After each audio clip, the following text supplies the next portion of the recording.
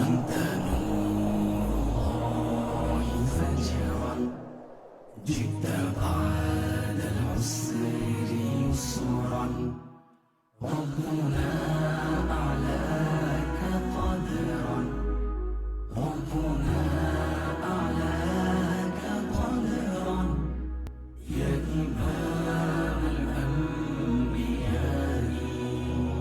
السلام عليكم ورحمة الله وبركاته.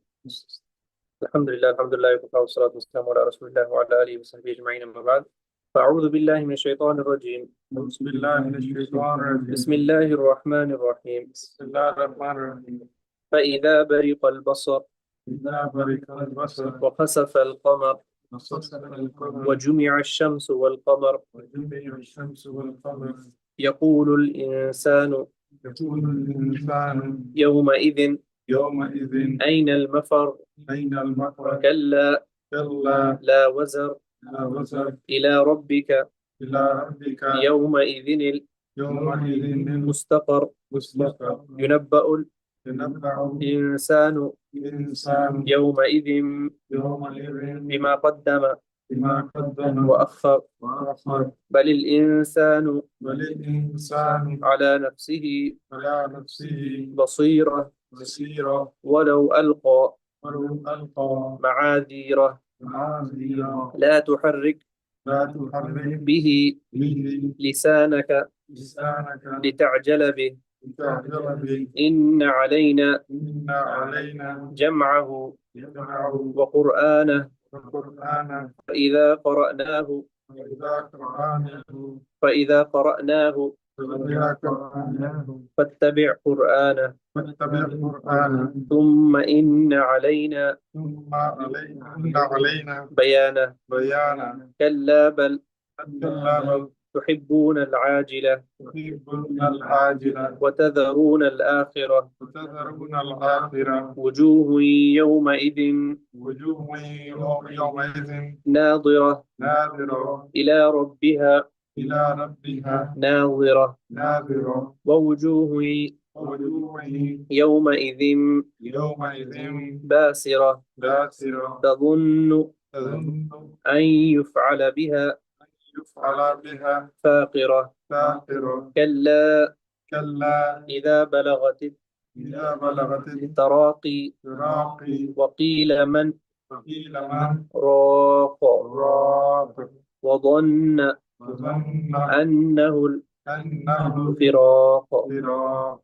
والتفت الساق فسقط بالساق بالساق إلى ربك إلى ربك يومئذ يومئذ المساق المساق فلا صدق فلا صدق ولا صلى ولا صلى ولكن كذب ولكن كذب وتولى وتولى ثم ذهب ثم ذهب إلى أهله إلى أهله يتمطى يتمتع أولى أولى لك فأولى لك فأولى ثم أولى ثم أولى لك فأولى لك فأولى أيحسب أيحسب الإنسان الإنسان أن يترك أن يترك سدى سدى ألم يك ألم يكن نطفة نطفة من مني من مني يمنى يمنى ثم كان ثم كان علقة علقة فخلق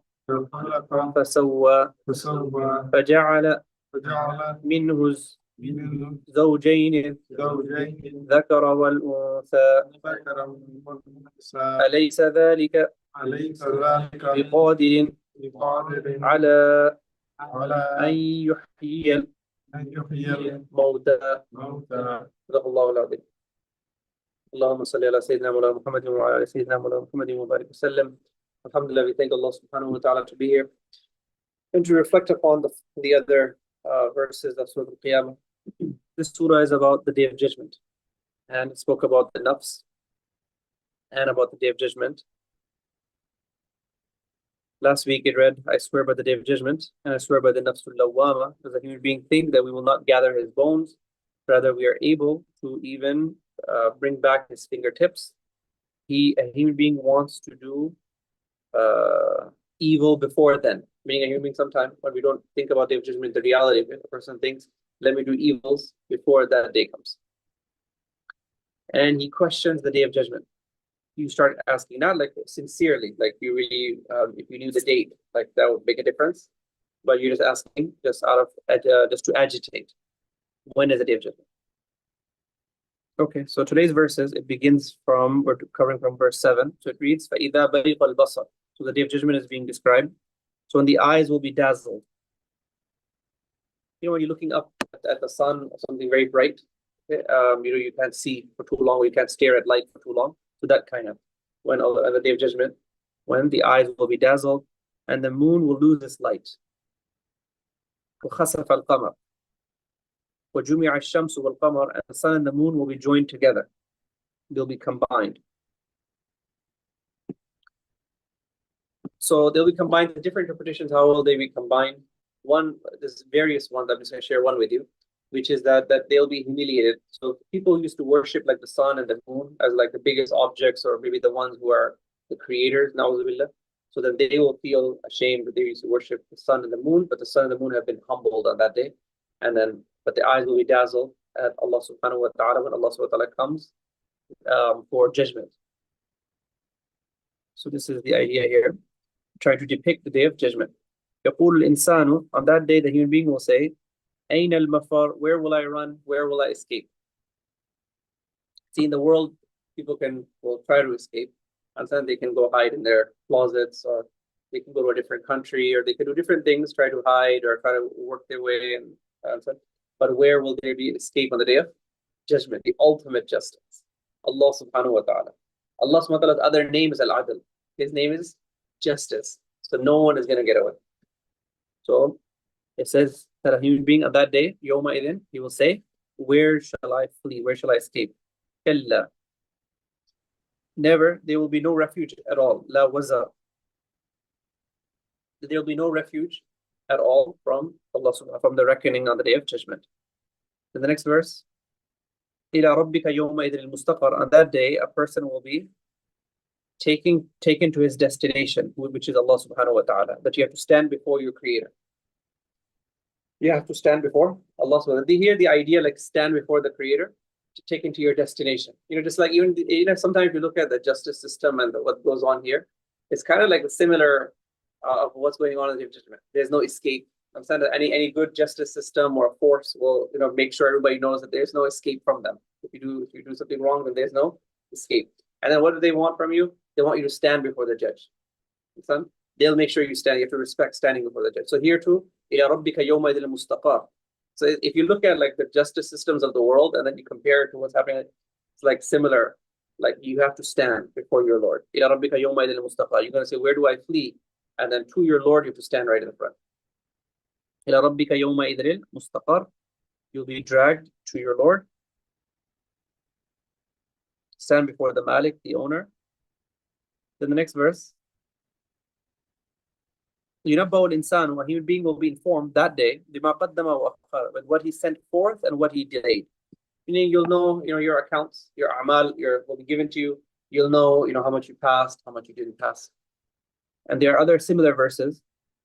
وَوَجَدُوا مَا عَمِلُوا حَاضِرًا, that a person will find whatever they've done present. Whatever they've done present, all in a book form, written. You can grade your own. You can grade your own papers. You don't need anybody else to grade it for you. You can grade your own papers. وَجَدُوا مَا عَمِلُوا حَاضِرًا. In a similar verse, there's other place in the Quran, right? This idea of standing before and how the a'mal are presented.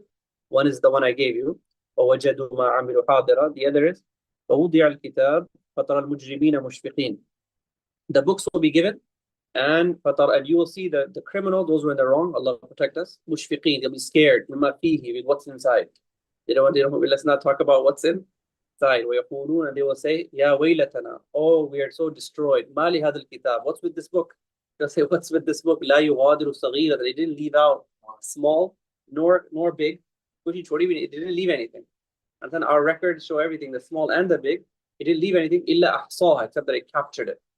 And then after that it reads, وَوَجَدُوا, and they'll find مَا عَمِلُوا, everything they have done, حَاضِرًا, present. وَلَا يَظْلِمُ رَبُّكَ أَحَدًا, and your Lord will not do injustice to anyone. No one's going to get injustice done. Okay? So these types of verses are in the Qur'an, right? Talking about this ultimate justice and standing before the Lord. One of the interpretations of this verse, when it says that a human being will be informed of what they did before and what they did after, or what they sent forth, there's many interpretations. One of them is young age versus old age, meaning that what kind of good deeds that you did when you were younger versus what kind of a man you were when you were, what kind of person you were when you were older. So meaning that everything's taken into account, the before and the after. It's not that just the after is what's taken into account and not when you're a young man. Young man and older man, that's one interpretation. So anyways, so the purpose is that the actions will be judged. Then the next verse, بَلِ الْإِنسَانُ عَلَى نَفْسِهِ بَصِيرًا. Rather, man will be a witness against himself. Meaning that, like, first of all, the whole earth is a witness against you. The angels are witness against you. Everything, the wall, everything is a witness against you, and your own body is. So even if you were to try to utter a lie against that, I didn't do that, then your own hands and your own body parts will start testifying that you did do that. So it says that Balil Insan, rather the human being, his own nafs, his own self is a witness over him. Like you will do, they say don't self-incriminate, right? When the police is there, what do people say? Don't say anything, just stay quiet. Don't self-incriminate. But over there, it's like, it's obviously self-incrimination because your own self will just speak and talking about what you did.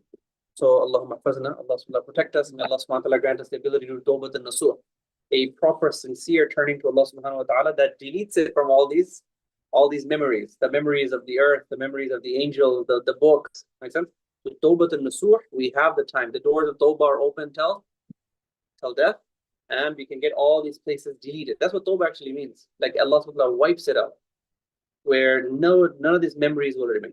So Allah subhanahu wa ta'ala give us that tawfiq, the courage to do that before the doors of tawbah shut. Then, وَلَوْ أَلْقَى مَعَاذِيرًا, even if you were to present many excuses, meaning that your own nafs is going to testify against you, you can present all the excuses you want, your excuses are irrelevant. It's a day where the excuses don't work. Then, لَا تُحَرِّكْ بِهِ لِسَانَكَ. Then the next verse is in regards to Rasulullah sallallahu alaihi wasallam, that when the revelation used to come to him, he would quickly start to read it in fear that he may lose it. When Jibreel is telling him, he start reading it, making an effort. So he's being told, you don't need to make these efforts, you just stay silent. We're going to make sure you memorize it. It was part of the miracle of Rasulullah sallallahu alaihi wasallam, that when he memorized the Qur'an, that he didn't have to make an effort for it. But the students who memorize the Qur'an, how much effort do they have to make? They just have to keep repeating and make lots of effort.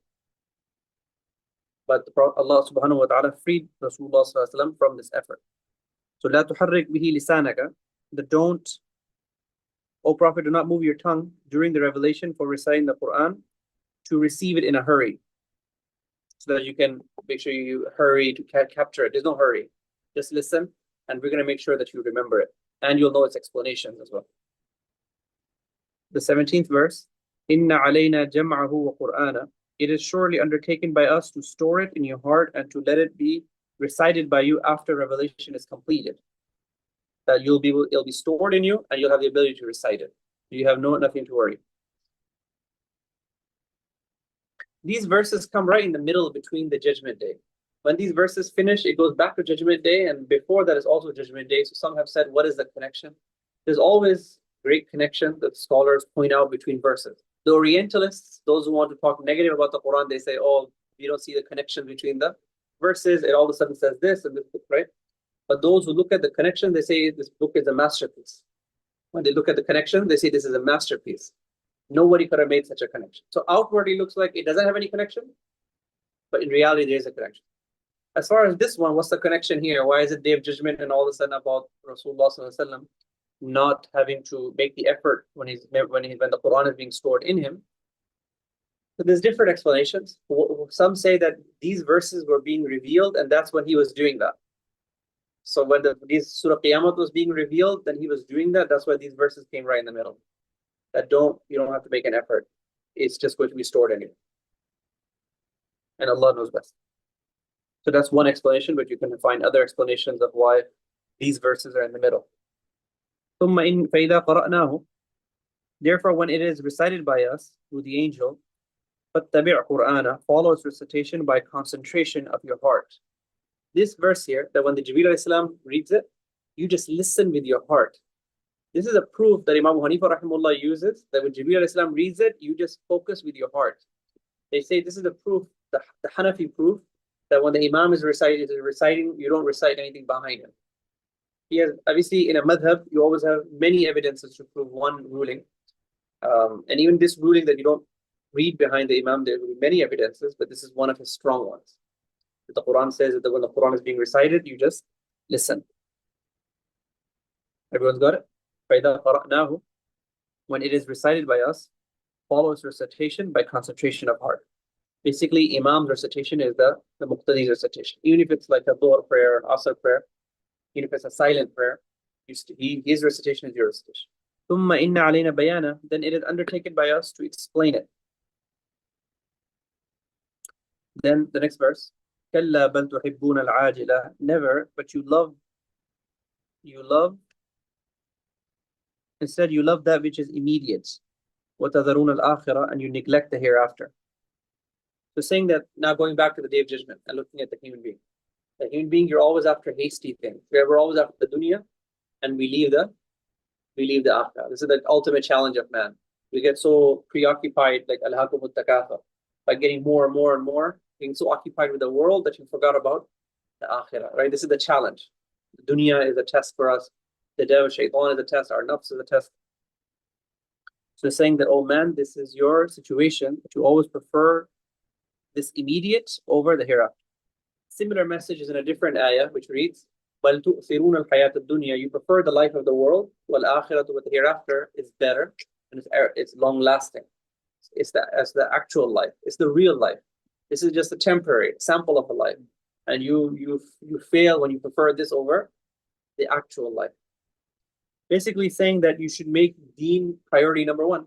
To make a connection to Allah subhanahu wa ta'ala and your obedience to Allah be priority number one over anything else. Then after that, the next verses, وُجُوهٍ يَوْمَئِذٍ نَاظِرَةٍ إِلَى رَبِّهَا نَاظِرَةٍ, many faces that day will be glowing, looking towards their Lord. These are the successful people on the Day of Judgment. Their faces will be glowing and looking at their Lord. As far as looking at the Lord, we know this is a great ni'mah. Allah subhanahu wa ta'ala grant us that in Jannah, the greatest gift will be to see your Lord. One of the greatest gifts that a person will achieve. There was Mu'tazila, one of the wrong sects. They had the view that this is not true. Nobody can see Allah subhanahu wa ta'ala. They were just like scientifically calculating it that you can't see Allah. But there's many evidences that suggest that you could. This would be one. There's also the verse, يَوْمَئِذٍ لَمَحْجُوبُونَ. There's another verse of the Quran that says that the Day of Judgment, the disbelievers, Allah subhanahu wa ta'ala will not allow them to see Him. So from that verse, that the kafirs can't see Allah subhanahu wa ta'ala as a punishment. So showing that the vice versa, the opposite is true. But if you're a believer in Allah subhanahu wa ta'ala, your greatest gift will be that you will see Him. So our belief is that we will see Allah subhanahu wa ta'ala in the hereafter. May Allah subhanahu wa ta'ala make us of that. وَوُجُوهٍ, and there'll be some faces that day they'll be gloomy. Some faces will be gloomy. This is the people who did wrong. تَظُنُّ أَن يُفْعَلَ بِهَا فَاقِرَةً, they'll realizing that a back-breaking calamity is going to be afflicted upon them. That a hard calamity, and some people see gloominess on their face, that a hard calamity is about to hit. Kalla, never. You'll never remain in this world forever. إِذَا بَلَغَتِ التَّرَاقِي, meaning from all these verses, you should realize you're not going to be in this world forever. This is a temporary abode. This is created as a test. And a person should reflect when the soul of a patient reaches the throat. إِذَا بَلَغَتِ التَّرَاقِي, when his soul reaches the throat, a person should reflect upon that time, the time of death. Right? As Muslims, we remember death a lot. We think that's important. It's part of entire intelligence. We should think about إِذَا بَلَغَتِ التَّرَاقِي, when the soul reaches the throats. وَقِيلَ مَنْ رَاقٍ, and it is said, who is the enchanter? Who is the raqi? Like rightfully so, when the loved one is about to pass away, the family members do everything. They say, they'll try medicine, they'll try American medicine, Eastern medicine, Western medicine, they'll try everything. Rightfully so, it's your loved one. It makes sense. You try everything. And at some point you'll say, just bring somebody who just reads, chants. So in the Jahiliyyah time, they got it from their Raqi. They would have people who used to enchant certain things. So bring the guy who just reads, bring any kind of medication. Also, Raqin could also mean just a doctor as well. So like bring this kind of a doctor, bring that kind of a doctor. It says that think of that time when your soul is about to exit and the people around you are saying, who's the doctor? Who can help him out? Who can help him out? And the people try. وَظَنَّ, and he realizes that it is a time of departure from this world. وَظَنَّ أَنَّهُ الْفِرَاقُ. The person himself, then you come to the realization that now it's time to go. وَالْتَفَّتِ السَّاقُ بِالسَّاقِ, and one shank is intertwined with the other shank. Basically, one leg goes on top of the other leg. Because of the pain and the excruciating pain. By the way, death has excruciating pain. And there's dua of Rasulullah that Allah protect us from the pangs of death. So we should constantly remember death and making dua for our akhirah, and especially making dua that Allah give us, protect us from the pangs of death. The Prophet himself used to say, Allah protect us from the pangs of death. So we should make that dua. So this is being depicted here, that a person, you'll have his one leg over the other leg. إِلَى رَبِّكَ يَوْمَئِذٍ الْمَسَاقُ, and he'll be, to his Lord, this person will be dragged. Let me just going back a little bit.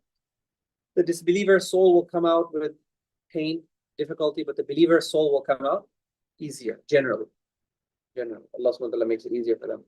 The soul, when it realizes that it's going to be accounted for, to go to Allah subhanahu wa ta'ala, it doesn't want to come out. So there's a verse of the Qur'an that reads, وَلَوْ تَرَى, if you were to see, إِذْ يَتَوَفَّى الَّذِينَ كَفَرُوا, that when the disbelievers are dying, الْمَلَائِكَةُ يُضْرِبُونَ, the angels are hitting them, they're hitting them on their faces and their backs.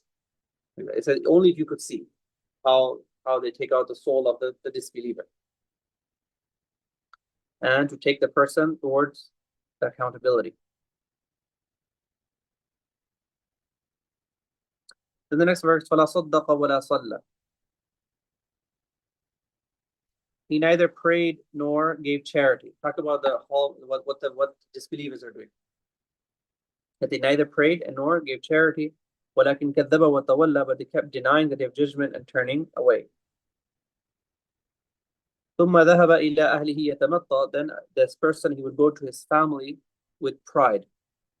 It's depicting a particular kafir, that when these verses were revealed, okay, he acted in this way. That he rejected, he turned away, he was a person who didn't pray and didn't give charity, and then he went to his family in a prideful way.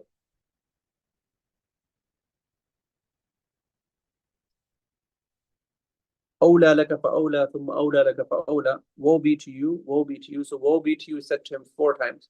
For the 4 different wrong activities this person did. So it goes, woe be to you, woe be to you, woe be to you. أولى لك فأولى ثم أولى لك فأولى.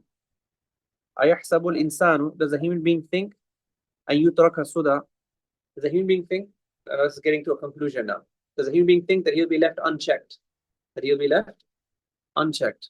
The human being is going to go through the world. Like a similar verse elsewhere.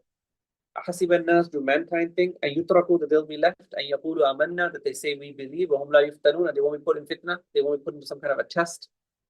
وَلَقَدْ فَتَنَّا الَّذِينَ مِنْ قَبْلِهِمْ, we have tested those before them. فَلَيَعْلَمَنَّ اللَّهَ الَّذِينَ صَدَقُوا, and we came to know those who are truthful. وَلَيَعْلَمَنَّ الْكَاذِبِينَ, and we came to know those who are the liars.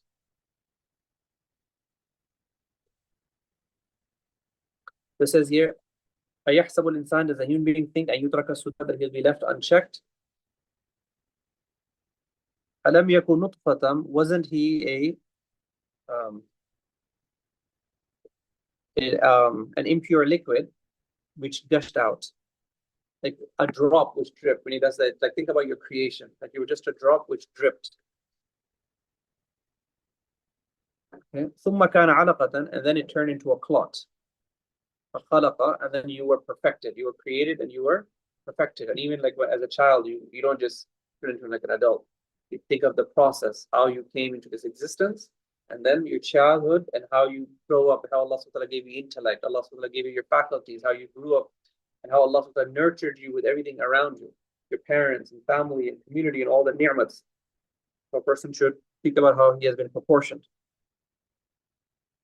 فَجَعَلَ مِنْهُ الزَّوْجَيْنِ الذَّكَرَ وَالْأُنْثَى. And Allah subhanahu wa ta'ala made them, a human being, into two pairs. You're either male or female. And made from him two kinds, male and female.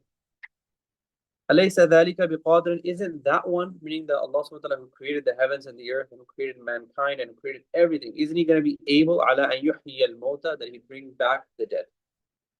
And these types of verses, when it says أَلَيْسَ ذَلِكَ, isn't he able to bring back the life of the dead? So you can even respond. It's a sunnah to respond to that by saying Bala, yes. Isn't he able to? Isn't he, Allah subhanahu wa ta'ala, the one who's able? Shouldn't he be the one able to bring back the dead from their once they're dead? The answer is yes. Similarly, in another verse, Surah Teen, أَلَيْسَ اللَّهُ بِأَحْكَمِ الْحَاكِمِينَ. Isn't Allah the best judge to judge?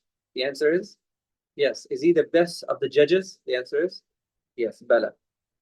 These verses you can give a response, but you give the response when you're just reading the Quran outside of prayer, or you can give the response in a nafil salah. You're praying the nafil salah and you read these verses, you can say Bala. But in a fard prayer, you don't give the response. You just read أَلَيْسَ ذَلِكَ بِقَادِرٍ عَلَىٰ أَن يُحْيِيَ الْمَوْتَى, and you just stop there.